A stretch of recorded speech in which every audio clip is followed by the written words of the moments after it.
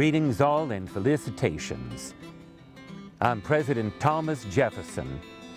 Here in my hand I hold the long-awaited report from the Corps of Discovery, set forth under the command of Meriwether Lewis and William Clark. I have to confess, when I finally got this, after having presumed like many others that they were dead, I wrote to them and expressed that it is with unspeakable joy I hold this report. Now, many assumed that because of the Louisiana Purchase that this expedition was launched. Why, years before that I had great interest in exploring the great wilderness of North America. Why, once in 1789 I endeavored to have a fellow by the name of John Laird walk across Siberia to then traverse the Bering Strait to get to Alaska and make a discovery in that way. But truly, I wondered about many things. You see, to me, there is nothing more interesting than a flower, and every blade of grass indeed is of interest to me. I wondered if out west of the Mississippi River, if there were giant sloths and mastodons. Thus, before the Louisiana Purchase, before Napoleon approached me in the United States to first sell us Louisiana and then sell us the entirety of the French territory, 878 square miles, $15 million at 2 cents an acre, I wanted this endeavor to occur. And thus, I wrote to Meriwether Lewis, a fellow Virginian. He had worked as my secretary for a time, and I brought to him geographers and botanists and geologists and taught him before this expedition was approved by Congress. And then once it was, this is what I wrote, charging him with. The object of your mission is to explore the Missouri River and such principal stream of it as, by its course in communication with the water of the Pacific Ocean, may offer the most direct and practicable water communication across this continent for the purposes of commerce and indeed exploration. Now, this commerce was to be carried on with the people of that region, the native peoples. Now, understand, I had proposed to the French and the Spanish and the British and the Russians that all the lands west of the Mississippi be left for the native peoples. But now that exploration and trade was occurring, I wanted to know the extents and limits of their possessions, relations with other tribes, their language, traditions, monuments. Did they hunt, fish? What agriculture means did they use? What diseases did they have? And how could we distinguish from the different tribes? And I also added this. In all your intercourse with the natives, treat them in the most friendly and conciliatory manner which their conduct will admit. Allay all jealousies as to the object of your journey. Satisfy them of its innocence. And I'll have to tell you in a moment about Sacagawea and how she managed to prove that Lewis and Clark's expedition, the Corps of Discovery, was innocent. And I wanted Lewis and Clark to make themselves acquainted with the position of the United States and let them know that what was our character, that it was peaceable and commercial in its endeavor. And above all, it was our wish to be neighborly. Indeed, we didn't always manage with Lewis and Clark to proceed in a neighborly way, but some of the tribes were not that neighborly. Wow, there was an incident with the Blackfeet where they approached, and there was, according to the report, a valiant chieftain painted for war. hair pulled back, and he comes galloping right toward the expedition. Well, what could Meriwether Lewis and William Clark do? Well, Lewis mounted himself on a gun and went right to meet him, but he gesticulated and did all he could to prove that he meant no harm. Came without a weapon brandished. Well, 'twas said the native fellow, I believe, fired his weapon, but soon the two sides came to a kind of an agreement. Now the Blackfeet and the Sioux, especially the Sioux, they described the Americans and the expedition as being, well, bad people. But there was a reason for that, according to the report. Why, in the report, the Sioux were jealous of the American expedition. They wanted to maintain their relations and trade with the British and the French. And thus, they didn't want anything to do with Lewis and Clark. But earlier in the expedition, there were about 45 men, most of them single, under the commands of Captains Meriwether Lewis and Clark. When they reached an outpost to the north with the Mandan, they encountered a young woman who was great with child. Her ostensible husband was a fellow by the name of Carbonneau. I understand he had more than one wife, all young native women.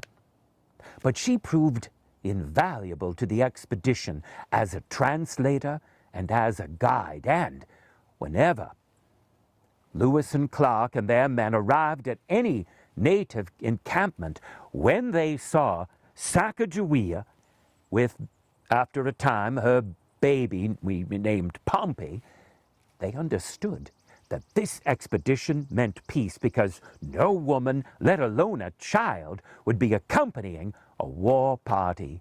And that facilitated the discoveries made by Lewis and Clark.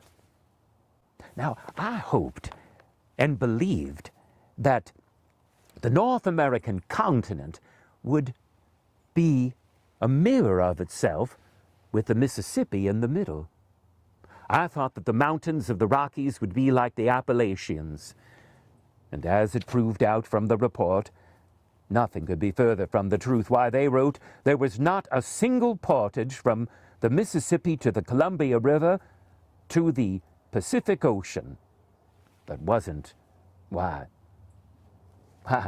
almost unnavigable. If it hadn't been for another peaceful tribe, the Nez Perce, why, Lewis and Clark never would have made their way back after happening upon the Pacific Ocean. Why, I'd given them orders there to leave a couple of men to perhaps travel along the coast of North America, then South America, through the Straits of Magellan, up along South America to return. But there was a decision made to travel back across the route they took. But when they were returning, Lewis and Clark made a bold and perhaps reckless move. They divided their company into three. Lewis went north to try to follow the Marias River to find the source of the Missouri, and Clark went to discover what other rivers might lead into the Mississippi and the Missouri, and they arranged to rendezvous. Now, many different occurrences happened along the way. They met up with a grizzly bear. Why, in certain respects, it was as ponderous as a woolly mammoth, that great savage beast. They documented, I believe, 142 different animals and dozens of new plants. They sent them to me, and only the prairie dog and a magpie survived. But there, the geology, the plants they found, the notes, the maps, invaluable. A few occurrences stand out in my mind as I peruse this report. Why, there was an incident, here it is, when they were near the Umatilla River, which leads into the Columbia. And the native peoples had ne'er before seen Europeans, and amongst them a slave owned by a William Clark by the name of York, a very goodly man who eventually was granted by Clark his freedom. But they had never before, these indigenous people, seen a man with dark skin and curly hair. Why, they saw him and the Europeans with their blue eyes and light-colored hair and great beards, and they were astounded. But the astonishment grew when Lewis, spying a crane, just raised his gun as hunters are wont to do, fired and brought down the bird. This caused a great fear amongst that village, and they all hid. Well, Lewis comes upon a place of inhabitation, a lodge, and it was locked. He broke through the door, and all cringed as if expecting there to die, to be struck down. For they believed Lewis to be a kind of sky god with this fire stick in his hand. And, unfortunately for the native peoples and for Lewis and Clark's expedition, they were unable to allay fears as I had asked in the mission statement. Now, I must note the remarkable men on this expedition, 45 of them, hard, rugged, resourceful, and if you want proof, I'll give it to ye. There was a time when some of the men on guard got drunk or fell asleep. Lewis and Clark stepped back and let the men intercede. What did they do? They had a tribunal, and they ordered the one who was drunk and the one who fell asleep on duty to be lashed. One took 500 lashings. A few wanted to abandon the expedition, but there was no practical way to do so. And some of them, even after these transgressions, tried to make amends and worked very hard for the expedition.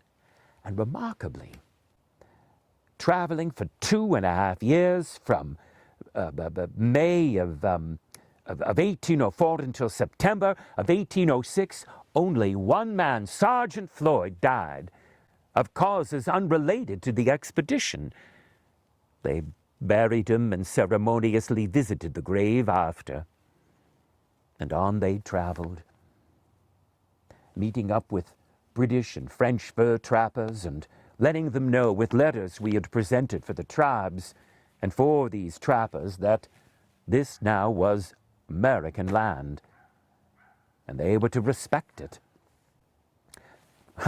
On one occasion, according to the report, the tribe, I believe it may have been the Blackfeet, was presented with a letter introducing them to me, President of the United States, and they looked upon it and frowned and tossed the letter to the ground.